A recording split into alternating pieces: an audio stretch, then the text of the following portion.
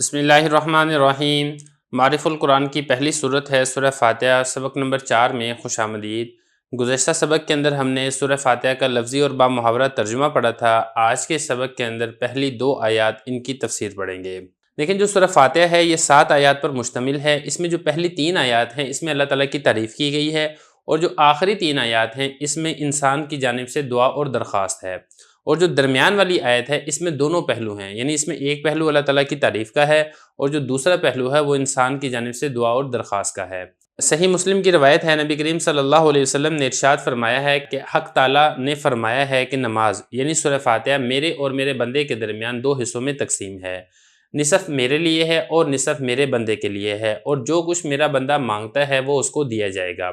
پھر رسول اللہ صلی اللہ علیہ وسلم نے ارشاد فرمایا کہ بندہ جب کہتا ہے الحمدللہ رب العالمین تو اللہ تعالیٰ فرماتے ہیں کہ میرے بندے نے میری حمد کی ہے، اور جب بندہ کہتا ہے الرحمن الرحیم تو اللہ تعالیٰ فرماتے ہیں کہ میرے بندے نے میری تعریف کی ہے، اور جب بندہ کہتا ہے مالک یوم الدین تو اللہ تعالیٰ فرماتا ہے کہ میرے بندے نے میری بزرگی بیان کی ہے، اور جب بندہ کہتا ہے ایاک نعبد و ایاک نستعین تو اللہ تعالیٰ فرماتا ہے یہ آیت میرے اور میرے بندے کے درمیان مشترک ہے، میرے بندے کو وہ چیز ملے گی جو اس نے مانگی۔ پھر جب بندہ کہتا ہے اہدنا الصراط المستقیم تو اللہ تعالیٰ فرماتا ہے کہ یہ سب میرے بندے کے لیے ہے اور اس کو وہ چیز ملے گی جو اس نے مانگی ہے۔ تو بہرحال اس پوری جو حدیث ہے اس سے بہت کچھ واضح ہو جاتا ہے کہ جو پہلی 3 آیات ہیں اس میں اللہ تعالیٰ کی تعریف ہے، اور جو درمیانی آیت میں اللہ تعالیٰ نے فرمایا تھا نا کہ یہ میرے اور میرے بندے کے درمیان مشترک ہے، وجہ اس کی یہ ہے کہ اس میں ایک پہلو تو اللہ تعالیٰ کی تعریف کا ہے، دوسرا پہلو بندے کی جانب سے دعا اور درخواست کا ہے، اور جو باقی 3 ہیں اس میں بندے کی جانب سے دعا اور درخواست ہی ہے، جس کے بارے میں اللہ تعالیٰ نے فرمایا ہے کہ میرے بندے کو وہ چیز ملے گی جس کا وہ طلبگار ہے۔ اس کے بعد اب آگے دیکھیں الحمدللہ، تمام تر تعریفیں اللہ ہی کے لیے ہیں۔ مطلب اس کا یہ ہے کہ اس دنیا کے اندر جہاں کہیں بھی جس چیز کی بھی تعریف کی جا رہی ہے وہ حقیقت کے اندر اللہ تعالیٰ ہی کی تعریف ہے، کیونکہ مخلوق کی تعریف اگر آپ کرتے ہیں تو وہ اس کی ذاتی تعریف نہیں ہوتی ہے، کیونکہ تعریف ہوتی ہے کسی اچھی خوبی کی وجہ سے، کسی اچھی صفت کی وجہ سے، اور وہ انسان کی ہو یا کسی اور مخلوق کی، وہ اس کی ذاتی نہیں ہوتی ہے، وہ حقیقت کے اندر اللہ تعالیٰ ہی کی عطا کردہ ہوتی ہے۔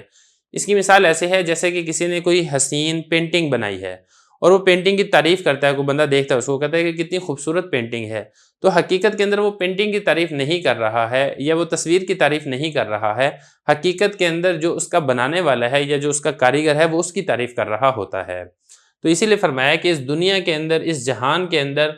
تمام تر جو تعریفیں ہیں وہ حقیقت کے اندر اللہ تعالیٰ ہی کی ہیں، کیونکہ اگر ہم کسی اور کی بھی تعریف کرتے ہیں تو وہ حقیقت کے اندر اللہ تعالیٰ ہی کی عطا کردہ ہے، اس کی ذاتی نہیں ہے۔ اس کے بعد اب آگے دیکھیں رب العالمین، تمام جہانوں کا پرورش کرنے والا ہے، پالنے والا ہے۔ اس میں دیکھیں جو رب کا لفظ ہے یہ عربی کے اندر لغت کے اعتبار سے تربیت اور پرورش کرنے کے معنی کے اندر استعمال ہوتا ہے۔ رب اس ذات کو کہا جاتا ہے جو کسی چیز کی بتدریج پرورش کرنا شروع کرے اور بتدریج پرورش کرتے کرتے اس کو درجہ کمال تک پہنچا دے۔ مثال کے طور پہ اگر آپ انسان کے بارے میں غور کرتے ہیں تو انسان کی پرورش اللہ تعالیٰ نطفے سے شروع کرتے ہیں۔ نطفہ پہلے ماں کے رحم میں جاتا ہے، وہاں سے اللہ تعالیٰ انسان کو بناتے ہیں اور پھر وہ اس دنیا کے اندر آتا ہے، پھر اس کو اللہ تعالیٰ پرورش کرتے ہیں، پالتے پالتے آخر کار وہ جوانی کے اندر درجہ کمال کو پہنچ جاتا ہے۔ اسی طریقے سے اگر آپ بیج کے بارے میں دیکھیں گے تو بیج بھی ایسے ہی ہے، وہ زمین کے اندر جاتا ہے، پھر اللہ تعالیٰ اس کی پرورش کرتے ہیں، اس کو پالتے ہیں اور پالتے پالتے اس کو ایک بڑا تناور درخت یہ بنا دیتے ہیں۔ تو یہ فرمایا کہ اللہ تعالیٰ کی ذات ایسی ہے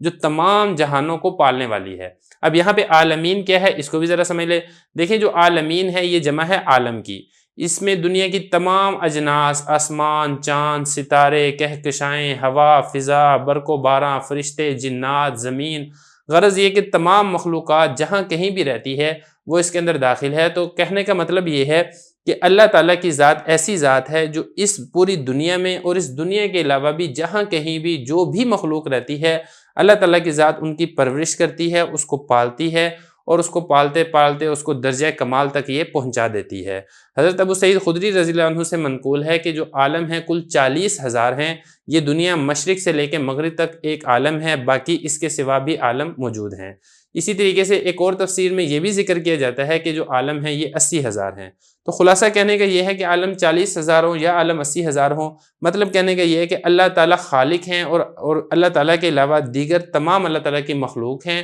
اور اللہ تعالیٰ اپنی مخلوق کی پرورش کرتا ہے، اپنی مخلوق کو پالتا ہے، اپنی مخلوق کی پرورش کرتے کرتے اس کو درجہ کمال تک پہنچا دیتا ہے، جس کی وجہ سے اللہ تعالیٰ تعریف کا حقدار اور لائق ہے۔ اللہ تعالیٰ ہی کی تعریف ہمیں کرنی چاہیے۔ الرحمن الرحیم، آگے اللہ تعالیٰ کی 2 صفات ذکر کی گئی ہیں کہ وہ بہت مہربان ہے، نہایت رحم کرنے والا ہے۔ ان دونوں کی تفسیر میں آپ کو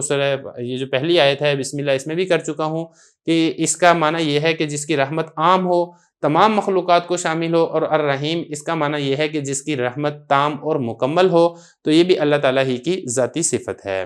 دیکھیں ذرا یہ جو آیت ہے نا الرحمن الرحیم، یہ اصل میں اس کی وجہ بتا رہی ہے کہ جو پہلی آیت کے اندر ذکر ہوا تھا نا کہ اللہ تعالیٰ کی ذات ایسی ہے وہ تمام جہانوں کو پالنے والی ہے، تو یہاں پہ سوال ہی پیدا ہو سکتا تھا کہ اللہ تعالیٰ کی ذات تمام جہانوں کی پرورش کیوں کرتی ہے؟ آیا کوئی دباؤ ہے یا کوئی پریشر ہے یا کوئی اور مقصد ہے؟ تو فرمایا الرحمن الرحیم، اللہ تعالیٰ کی جو ذات ہے وہ نہایت رحم کرنے والی ذات ہے۔ اس رحمت کا تقاضا یہ ہے کہ تمام جہانوں کی اللہ تعالیٰ پرورش کرے۔ تو خلاصہ کلام یہ ہے کہ اللہ تعالیٰ کی ذات جو پرورش کرتی ہے وہ کسی پریشر یا دباؤ کی وجہ سے نہیں، بلکہ اس کی رحمت کا تقاضا یہ ہے کہ اس کی مخلوق کی اچھے طریقے سے پرورش ہو، جس کی وجہ سے اللہ تعالیٰ یہ پرورش کرتا ہے۔